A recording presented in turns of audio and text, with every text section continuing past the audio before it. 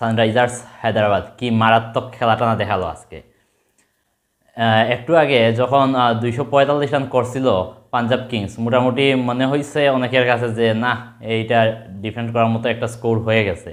But প্রতিপক্ষটা হচ্ছে এখানে Sunrisers Hyderabad, যারা লাস্ট আসরেও আইপিএলের লাস্ট আসরেও চমক দেখিয়েছে, মানে ব্যাটিংয়ে নামলে একদম প্রতিপক্ষকে গুড়িয়ে দিয়েছে, এরকম একটা অবস্থা। তো আজকেও তার ব্যতিক্রম হয় নাই।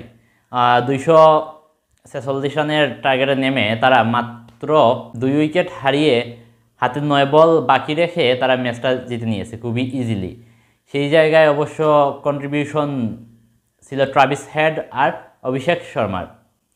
অবশ্য এই পিচ্চি ছেলেটা অভিষেক শর্মা লাস্ট ইয়ারও শুধু চমক দেখাইছে ট্রাভিস হেডের সাথে, এইবারও তার ব্যতিক্রম হয় নাই।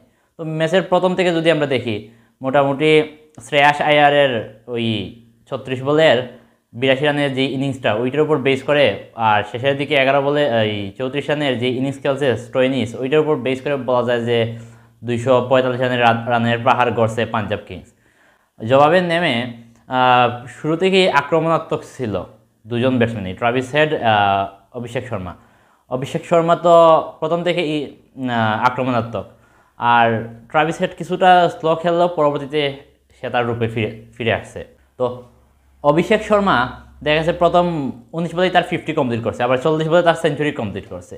এইখানে একটা চমক, এই চমকটা হচ্ছে যে আইপিএলের ইতিহাসে প্রথম ব্যাটসম্যান হিসাবে সর্বোচ্চ রান করলো অ্যাজ এ ইন্ডিয়ান। মানে এর আগে কোনো ইন্ডিয়ান এত রান করতে পারেনি, ব্যক্তিগত রান 141 করছে। এর আগে ছিল কেএল রাহুল 132, ওইটা অনেক বছর ধরে কেএল রাহুলের দখলে ছিল, সেইটা ভেঙে এখন ঢুকে পড়ছে অভিষেক শর্মা।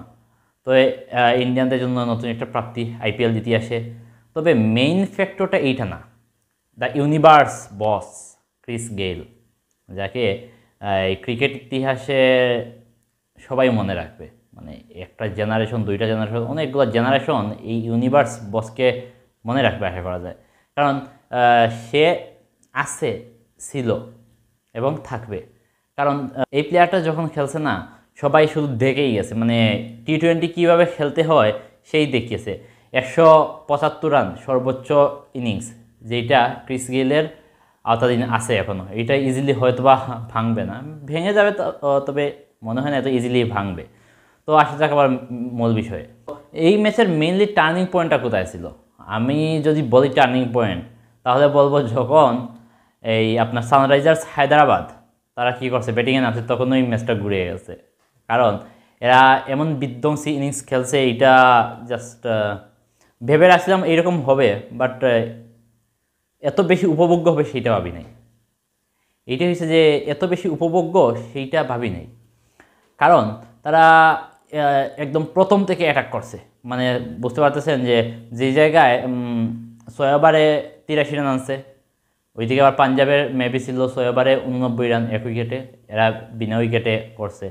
তো বিশাল একটা চেজিংয়ে নেমে যখন আপনি খুব দ্রুততার সাথে রানটা উঠাবেন, তখন আপনার জন্য ম্যাচটা ইজিলি হাতে চলে আসে। আর বর্তমান সময়ে তো T20 খেলা হয়ে যাচ্ছে টোটালি ফ্ল্যাট উইকেটের উপর।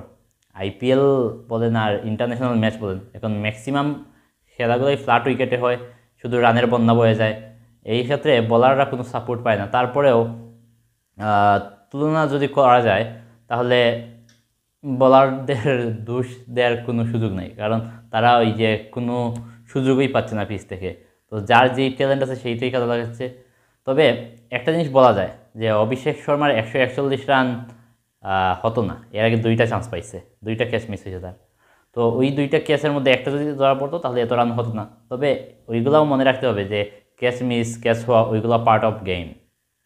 তো মেইনলি হচ্ছে এটা পার্ট অফ গেম, সেহেতু বলাই যায় যে অভিষেক শর্মার 141 ইজ নট এ জোক।